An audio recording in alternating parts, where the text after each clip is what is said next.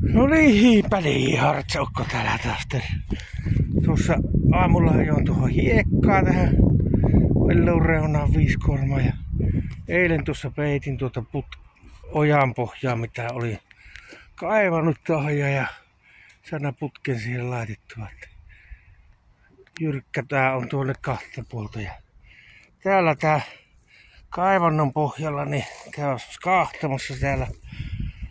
Mä näen tänne 1,5 metriä maanpinnan alapuolelle.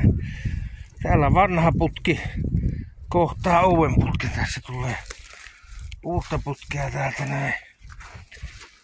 Tää menee rantaan päin. Tässä on jo 66 metriä laitettu ja 40 on jäljellä.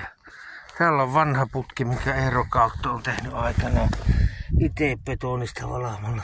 Vähän se on liettynyt umpeen. Silloin alkujaan pitänyt ruveta tajuta, että jos yrittänyt huuhella toi ja sitten kaivana niistä kohti, mistä se on mennyt rikki. Aika haperoahan se on jo, mutta olisi vähemmällä työllä päässyt. Tässä vaan turha oli yrittää sitä pitää laittaa avojaksi, kun se liettyy tää pohja, kun täällä on lillisavi täällä pohjalla. Tää on tää putki mennyt aika, menee lapiolla ihan hakkaamalla tulla rikki, että se on muuten jostakin kohti mennyt umpeen ja se ei enää sitten keväällä vienyt vettä niin paljon kuin olisi pitänyt. Oli viimeiset 10 vuotta tuo pellon viljely jo semmoista kevättulua laskehtimista ottelua.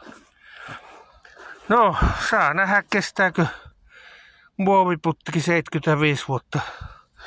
No tätä 60 vuotta se tuo putki palaa hyvin, mutta viimeiset 10 vuotta oli takkua.